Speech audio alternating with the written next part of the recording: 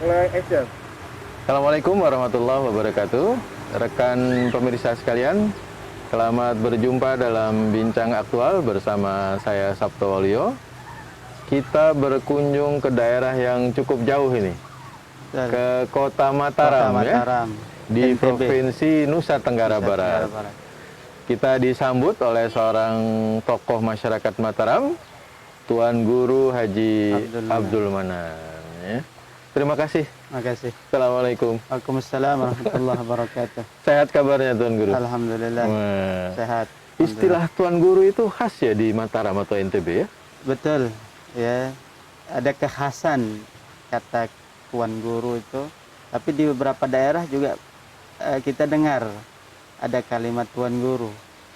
Seperti di Kelantan Tuan Guru disebut. Oh, Malaysia? Iya, Malaysia. Di beberapa daerah kita juga di Nusantara ada sebutan Tuan Guru juga. Ya. Kalau di Tanah Jawa kita kenal dengan sebutan Kiai, ya. Atau di Sunda, Jawa Barat ada Ajengan, ya. Ajengan. Jadi pimpinan. Beliau adalah Ketua Majelis Ulama Indonesia Kota Mataram, ya. Alhamdulillah. Tetapi yang unik dari Tuan Guru Haji Abdul Manan ini adalah sekolahnya dimulai di pondok pesantren. Betul.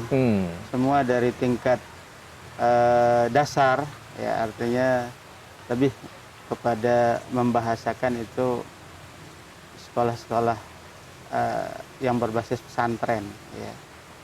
Dari madrasah ibtidaiyah, kalau nyebut madrasah ibtidaiyah tentunya MI bukan SD. Nah. Ya, kemudian melanjutkan ke pondok pesantren Nurul Hakim. Pondok pesantren yang cukup besar ya di NTB. Besar yang ada di NTB dan yang berdomisili di Kota Kediri, di Kediri Kabupaten Lombok Barat. Lombok Barat, ya. Iya. Yang dulu Kota Mataram juga satu. Jadi dulu namanya Lombok Barat, tapi kemudian menjadi ya kota, ya, menjadi pemerintahan yang berbeda sejak 27 tahun yang lalu. 27 tahun. Dan karena itu para santri alumninya juga tersebar ya ke berbagai daerah, ya. Betul. Dan setelah menamatkan pondok pesantren, jadi di sana sekitar sanawiyah, kemudian aliyah, lalu kemudian masuk ke takhasusnya, ya, Qismul Ali namanya. itu setelah spesialis ya? Ya, spesialis membaca kitab, membaca literatur-literatur, buku-buku peninggalan para ulama kita dulu. Nah, setelah itu baru kemudian melanjutkan ke lembaga ilmu pengetahuan Islam dan bahasa Arab yang ada di Lipia. Di Jakarta, Di ya? Jakarta. Betul. Itu lewat tes ya? Untuk sampai Semua ke sana? tentunya lewat tes. Ya. Jadi kalau kita melihat peluangnya itu 1000 pendaftar hanya diambil 100 gitu ya. Nah, kemudian Seluruh Indonesia, seluruh ya? Indonesia. Gitu. Waktu itu ya tahun 99 2000 itu masih Lipia terpusat di Jakarta, tapi kita dengar sekarang sudah ada cabang-cabangnya. Lalu kemudian karena mengikuti tes untuk penerimaan juga, ya, untuk menjadi mahasiswa di Saudi Arabia di Universitas Islam Madinah Al Munawwarah. Alhamdulillah pada tahun berikutnya setelah 1 tahun di Jakarta kemudian mendapatkan panggilan kelulusan, ya, pada tahun 2000. Kemudian alhamdulillah terbang untuk kemudian melanjutkan, ya, studi di sana. Dari sebuah pondok pesantren. Betul. Di Lombok Barat, akhirnya ke Jakarta dan sampai ke kota suci, ya, di Madinah. Alhamdulillah. Belajar apa di sana, Di sana ambil takhasus bahasa dan kemudian mengambil fakultas Quran, fakultas Al-Quranul Karim, yang mengspesialkan kajiannya itu pada tafsir dan qiraat, ya, tafsir, ya, dan qiraat, ya, qiraat Al-Quran yang 7, ada yang ditambah lagi dengan yang 3. Jadi ada asru al-qiraat, ada 10 cara baca Quran yang mutawatir dari Rasulullah Shallallahu Alaihi Wasallam. Itu sambung ya sanadnya sampai kepada Nabi ya, Sallallahu Alaihi Wasallam. Ya, Rasulullah Shallallahu Alaihi Wasallam. Berapa banyak mahasiswa Indonesia yang seangkatan? Seangkatan saat itu berangkat hanya sekitar 25 orang.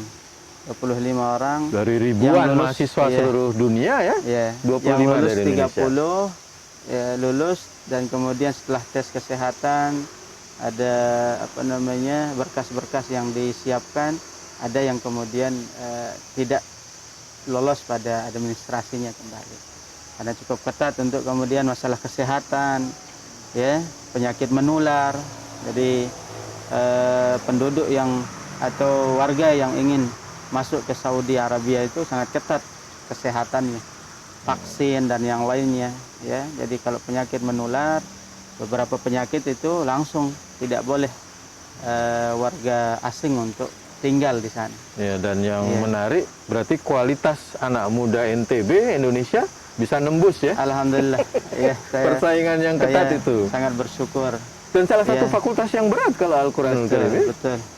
Karena persyaratan salah satunya harus menyelesaikan hafalan, ya. Lalu kemudian juga ada materi modul yang harus dihafal dari literatur kitab atau buku para ulama terdahulu pada tahun 400 Hijriyah, ya, yang dikarang oleh ulama kita dulu, yang itu merangkum seluruh ilmu yang berkaitan dengan ilmu membaca Al-Quran.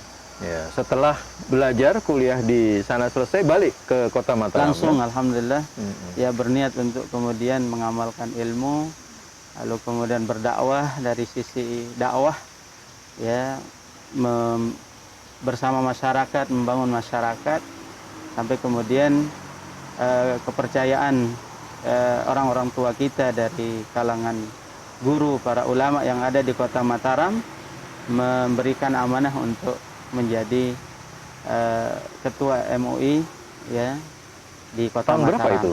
Waktu Kita terpilih? 2017 mulai SK, ya. Maka sangat mengherankan juga masyarakat kita yang biasa image-nya, ya, ketuaan guru atau ya kiai itu kan sepuh gitu ya. Kalau di majelis biasanya kiai-kiai sepuh gitu kan.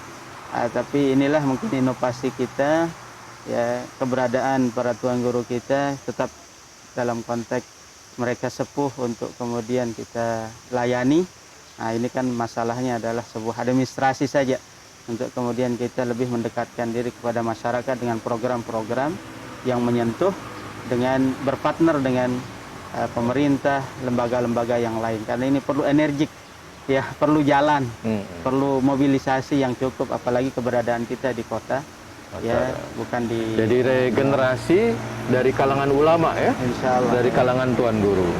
Menarik sekali perbincangan kita dengan Tuan Guru Haji Abdul Manan. Bagaimana seorang santri dari pondok pesantren di Lombok Barat bisa melanglang buana dan akhirnya mengabdi kembali ke kota di Klaten, kotanya, ya. kelahirannya. Baik, kita akan lanjutkan perbincangan kita di tengah Taman Sangkaryang ini ya, di Kota Maran dalam segmen berikutnya.